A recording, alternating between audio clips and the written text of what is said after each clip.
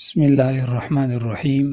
ناظرین، اسلام ایک مکمل ضابطۂ حیات زندگی کے ہر شعبہ میں اسلام ہماری رہنمائی کرتا ہے۔ یہی وجہ ہے کہ آج 1400 سال گزر جانے کے باوجود پیغمبر اسلام صلی اللہ علیہ وسلم کی تعلیمات نہ صرف مسلمانوں بلکہ ہر انسانی معاشرے کے لیے مشعل راہ ہے۔ جدید سائنس بھی ان تعلیمات سے متاثر ہے اور یہ کہنے پر مجبور ہو گئی ہے کہ انسانی وجود کی سالمیت اسلامی تعلیمات پر عمل پیرا ہونے سے ہی ممکن ہے۔ ذیل میں معمولات زندگی کے حوالے سے حضور نبی اکرم صلی اللہ علیہ وسلم کے فرامین کے متعلق چند سائنسی اعترافات اور فوائد کا تذکرہ پیش کیا جا رہا ہے۔ حضور اکرم صلی اللہ علیہ وسلم دائیں جانب رو بقبلہ ہو کر آرام فرماتے تھے۔ دل بائیں طرف ہے، اگر بائیں طرف لیٹے تو دل کے امراض پیدا ہونے کا قوی خطرہ ہوتا ہے، کیونکہ بائیں کروٹ لیٹنے سے معدہ اور آنتوں کا بوجھ دل پر پڑتا ہے، جس کی وجہ سے دوران خون اور دل کی حرکات میں کمی پیدا ہو جاتی ہے۔ نیند کے بارے میں تجربات سے یہ چیز واضح ہوئی کہ جن مریضوں کو مسلسل دائیں کروٹ سلایا گیا وہ مریض بہت جلد صحت یاب ہو گئے، اور جن مریضوں کو بائیں کروٹ سونے دیا گیا وہ مریض بے چین ہی رہے۔ حضرت حفصہ رضی اللہ تعالی عنہا سے پوچھا گیا کہ آپ کے گھر میں حضور نبی اکرم صلی اللہ علیہ وآلہ وسلم کا بستر مبارک کیا یعنی کس چیز کا بنا ہوا تھا؟ تو انہوں نے فرمایا ایک ٹار تھا جسے ہم دوہرا کر کے حضور صلی اللہ علیہ وسلم کے نیچے بچھا دیا کرتے تھے، جس پر آپ صلی اللہ علیہ وسلم استراحت فرماتے ہیں۔ ایک رات میں نے سوچا کہ میں اگر اس کی 4 تہہ بنا دوں تو یہ زیادہ آرام دہ ہو جائے گا، پس میں نے اس کی 4 تہہ بنا دیے۔ جب صبح ہوئی تو آپ صلی اللہ علیہ وسلم نے فرمایا تم نے میرے لیے کس طرح کا بستر بچھا دیا تھا؟ آپ بیان کرتی ہیں کہ میں نے عرض کیا یا رسول اللہ، وہ آپ کا وہی پرانا بستر ہی ہے، لیکن میں نے صرف اس کی 4 تہہ لگا دی تھی۔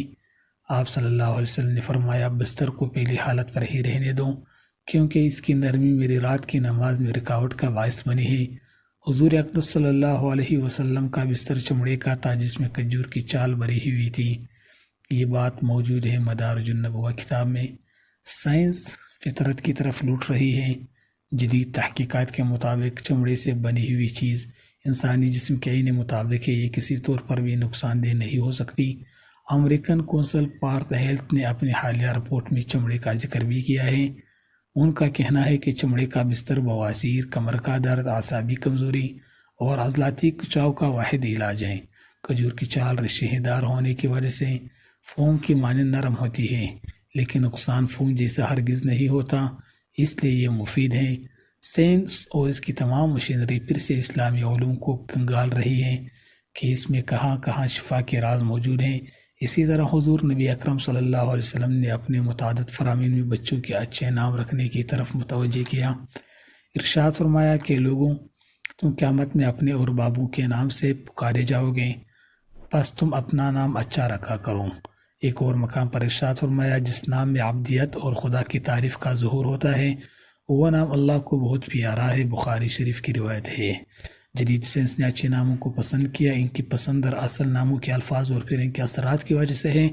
پھر سائیکولوجی کے ماہر پروفیسر پیرل ماسٹر نے اپنے حالیہ تحقیق میں انکشاف کیا ہے کہ نام زندگی پر اثر انداز ہوتے ہیں، حتیٰ کہ نام کے الفاظ کا ترجمہ بھی اپنے فوائد اور اثرات بدل دیتا ہے۔ پروفیسر کے مطابق میں نے رحیم اور پرویز کا موازنہ کیا تو رحیم سے سبز اور سفید روشنی نکلتی ہوئی نظر آئی اور پرویز سے سیاہ اور نسواری رنگ کی روشنی مترشح ہو رہی تھی۔ یہی کیفیت تعویذ کے فوائد اور اس کے الفاظ کے ہیں۔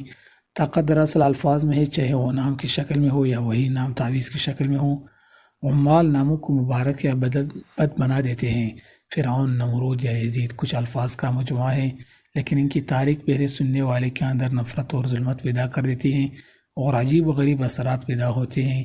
آپ صلی اللہ علیہ وسلم نے سونے سے قبل بستر کو جاڑنے کی ہدایت فرمائی ہے۔ ایسی احتیاطی تدابیر جو شاید کسی بھی مذہب میں نہ ملے، لیکن حضور اقدس صلی اللہ علیہ وسلم نے ہر لحاظ سے محفوظ رہنے کے لیے بستر کو جاڑنے کا حکم فرمایا ہے۔ کسی قسم کے حشرات الارض مثلاً کیڑا، سانپ، بچھو وغیرہ نقصان نہ دے سکیں۔ آپ صلی اللہ علیہ وسلم نے اٹھنے کے فوراً بعد ہاتھ دھونے کی ہدایت دی ہے۔ سوتے ہوئے ہاتھ نامعلوم کہاں لگتے رہتے ہیں اور ان پر قسم قسم کے جراثیم لگے رہتے ہیں۔ اب اگر وہی جراثیم آلودہ ہاتھ پانی وغیرہ میں ڈالیں گے تو پانی بھی آلودہ ہو جائے گی۔ اس خطرناک کیفیت سے بچنے کے لیے اسلام نے اٹھنے کے فوراً بعد ہاتھ دھونے کا حکم فرمایا ہے۔ پیٹ کے کیڑوں، بعض مریضوں کے ناخنوں میں کیڑوں کے انڈے پوشیدہ ہوتے ہیں۔ اگر یہی ہاتھ بغیر دھوئے پانی میں ڈالے تو یہی آنڈے پانی میں مل کر دوسرے انسان کے لیے ضرر کا باعث بن سکتے ہیں۔ حضور نبی صلی اللہ علیہ وسلم نے اوندھے منہ لیٹنے سے منع فرمایا۔ اوندھے منہ لیٹنے سے تمام اعضاء ہضم اور اعضاء رئیسہ اوندھے اور بے ترتیب ہو جاتے ہیں۔ اس کا سب سے پہلا نقصان دماغ پر پڑتا ہے۔